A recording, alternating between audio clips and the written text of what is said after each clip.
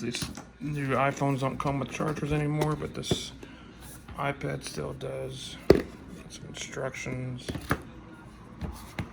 Yep, it's the new iPad Air 10.9 inch. Just released in October. I got the space gray, so see how it goes.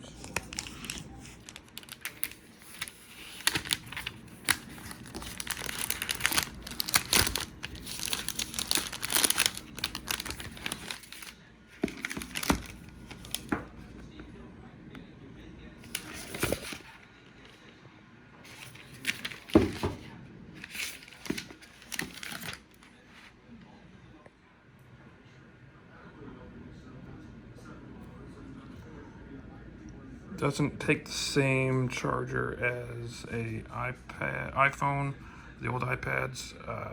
This is more of a charger for MacBooks. It's a little bit more power, so it's not something you can just do with your same old charger.